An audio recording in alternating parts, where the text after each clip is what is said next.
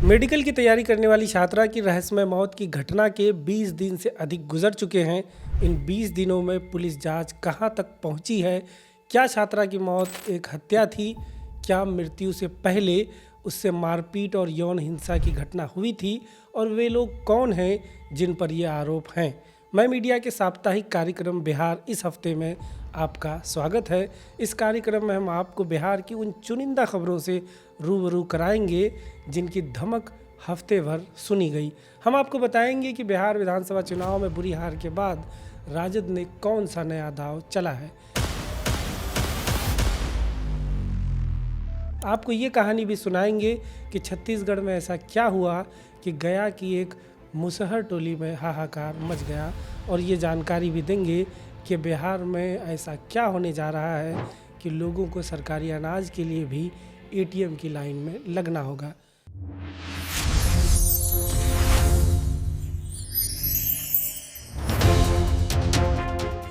सबसे पहले चर्चा बहुचर्चित मेडिकल छात्रा की मौत की। पटना के शंभू गर्ल्स हॉस्टल में रहकर मेडिकल की तैयारी कर रही जहानाबाद की छात्रा की संदिग्ध हालत में मौत को लेकर कई नए अपडेट्स आए हैं। पुलिस ने छात्रा के कपड़े जांच के लिए एफएसएल यानी फॉरेंसिक लैब में भेजे थे। एफएसएल की जांच में कपड़ों पर मानव शुक्राणु यानी सीमेन पाए गए हैं। इससे आशंका है कि छात्रा से यौन हिंसा हुई होगी। कपड़ों पर मिले शुक्राणुओं की डीएनए प्रोफाइल तैयार की जा रही है, जिसका मिलान संदिग्ध लोगों के डीएनए से किया जाएगा। मामले की जांच कर रही एसआईटी ने गिरफ्तार शंभू हॉस्टल के संचालक समेत लगभग 2 दर्जन संदिग्धों की सूची तैयार की है। इन सभी का सैंपल लिया गया है, जिन्हें शुक्राणुओं के डीएनए से मैच किया जाएगा।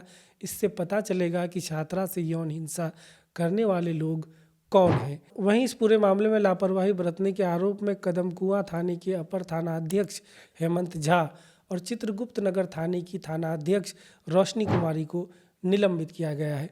पुलिस पर शुरू से ही इस मामले को असंवेदनशील तरीके से हैंडल करने के आरोप लग रहे थे। इस कार्रवाई ने इसे साबित किया है। शनिवार को बिहार सरकार ने नीट छात्रा की संदिग्ध मौत की जांच सीबीआई को सौंपने की घोषणा की। डिप्टी सीएम सम्राट चौधरी ने अपने सोशल मीडिया अकाउंट फेसबुक पर लिखा, पारदर्शी तरीके से छानबीन के लिए मुख्यमंत्री नीतीश कुमार ने भारत सरकार से पटना में हुए नीट छात्रा की हत्या के मामले को सीबीआई से जांच का आग्रह किया है। बताया जाता है कि शुक्रवार को पीड़िता के परिजनों ने डीजीपी से मुलाकात की थी। इस मुलाकात में परिजनों को कथित तौर पर बताया गया कि छात्रा ने सुसाइड की थी। परिजनों ने पुलिस की इस थ्योरी को खारिज कर दिया। उनका कहना था कि हत्या के मामले को पुलिस आत्महत्या बता रही है। माना जा रहा है कि परिजनों की नाराज़गी को देखते हुए मामला सीबीआई को सौंपने का फैसला लिया गया है। उधर बिहार विधानसभा चुनाव में करारी हार के महज 2 महीने बाद ही राजद में तेजस्वी यादव को प्रमोशन मिल गया है। पार्टी की कार्यकारिणी की बैठक में नेता प्रतिपक्ष तेजस्वी यादव को पार्टी का राष्ट्रीय कार्यकारी अध्यक्ष बनाया गया है। ताजपोशी के बाद तेजस्वी अब पार्टी में आधिकारिक तौर पर नंबर 2 बन गए हैं। लेकिन इस ताजपोशी से लालू परिवार में फिर एक बार विरोध के स्वर गूंजने लगे हैं। तेजस्वी यादव से नाराज चल रही उनकी बहन रोहिणी आचार्य ने इसे लालू युग का पटाक्षेप बताया है, यानी लालू युग का अंत बताया है। उन्होंने एक्स पर लिखा, गिरोहे घुसपैठ के हाथों की कठपुतली बने शहजादा को ताजपोशी मुबारक। बिहार विधानसभा चुनाव में हुई बुरी हार के बाद तेजस्वी यादव लगभग गायब हो गए थे। पार्टी के ज़मीनी कार्यकर्ताओं में भी निराशा थी। तेजस्वी यादव के सामने अब सबसे बड़ी चुनौती यही है कि कैसे वो पार्टी कार्यकर्ताओं को फिर से मोटिवेट कर संगठन को मजबूत करते हैं, और साथ ही अपने कोर वोट बैंक को किस तरह सुरक्षित रखते हैं। इधर छत्तीसगढ़ में 22 जनवरी को एक फैक्ट्री में हुए भीषण हादसे ने बिहार के 6 मजदूरों की जान ले ली। मुसहर समुदाय से आने वाले ये सभी मजदूर गया जिले के डुमरिया ब्लॉक अंतर्गत गोटीबांध गांव के रहने वाले थे। स्थानीय लोगों के मुताबिक मारे गए ज़्यादातर लोग पहली बार छत्तीसगढ़ गए थे। बताया जा रहा है कि एक स्थानीय ठेकेदार उन्हें छत्तीसगढ़ में एक स्पंज आयरन प्लांट में 14,000 रुपये की तनख्वाह पर काम दिलाने का आश्वासन देकर ले गया था। वो प्लांट में काम कर रहे थे कि तभी पाइपलाइन में लीकेज होने से अचानक गर्म लोहे का मलबा उन पर गिर पड़ा और उनकी मौत हो गई। बिहार सरकार ने मृतकों के परिजनों को 2-2 लाख रुपए मुआवजा देने का ऐलान किया है। हालांकि ऐसा पहली बार नहीं हुआ है कि दूसरे राज्य में औद्योगिक हादसे में बिहारी मजदूरों की जान गई है। पिछले साल तेलंगाना में फैक्ट्री में हुए ब्लास्ट में 12 मजदूरों की मौत हो गई थी, जिनमें 6 बिहार के थे। पिछले साल ही दिसंबर में महाराष्ट्र के नागपुर में एक वाटर टैंक ढह गया था, जिसमें 6 बिहारी मजदूरों की जान चली गई थी। आप नज़दीकी पीडीएस से राशन उठाते हैं, लेकिन आपको लगता है कि हर बार आपको थोड़ा कम अनाज दिया जा रहा है, आपको लंबी लाइन में लगना पड़ता है, तो आपके लिए अच्छी खबर है। बिहार में बहुत जल्द अनाज एटीएम खुलने जा रहा है। केंद्र सरकार के पायलट प्रोजेक्ट के तौर पर पटना में 3 अनाज एटीएम खोले जाएंगे।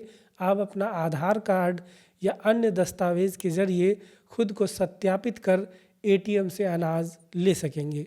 बिहार सरकार ने बक्सर जिले के डुमरांव में उस्ताद बिस्मिल्लाह खां के नाम पर प्रस्तावित संगीत कॉलेज का बजट 14.5 करोड़ से बढ़ाकर 87 करोड़ 81 लाख कर दिया है। गुरुवार को हुई कैबिनेट की बैठक में ये फैसला लिया गया। डुमरांव विश्वविख्यात शहनाई वादक भारत रत्न बिस्मिल्लाह खां का जन्म स्थल है। खां साहब का बचपन डुमरांव के गलियों में ही खेलते हुए बीता। बाद में वो बनारस चले गए और वहीं के होकर रह गए, लेकिन बक्सर के लोग उन्हें नहीं भूले। जिले के लोग लंबे समय से उनके नाम पर संगीत कॉलेज खोलने की मांग कर रहे थे। अब वो मांग पूरी होने जा रही है। इस हफ्ते बिहार के प्री मैट्रिक छात्रों के लिए भी खुशखबरी है। बिहार सरकार ने अनुसूचित जाति, अनुसूचित जनजाति, पिछड़ा व अति पिछड़ा वर्गों के छात्रों को मिलने वाली छात्रवृत्ति राशि यानी स्कॉलरशिप को दुगुना कर दिया है। पहली से चौथी कक्षा के छात्रों की सालाना छात्रवृत्ति राशि 600 रुपये से बढ़ाकर 1200 रुपये, 5वीं से 6वीं तक के छात्रों को की सालाना छात्रवृत्ति राशि 1200 रुपये से बढ़ाकर 2400 रुपये और 7वीं से 10वीं तक के छात्रों की छात्रवृत्ति राशि 1800 रुपये से बढ़ाकर 3600 रुपये की गई है।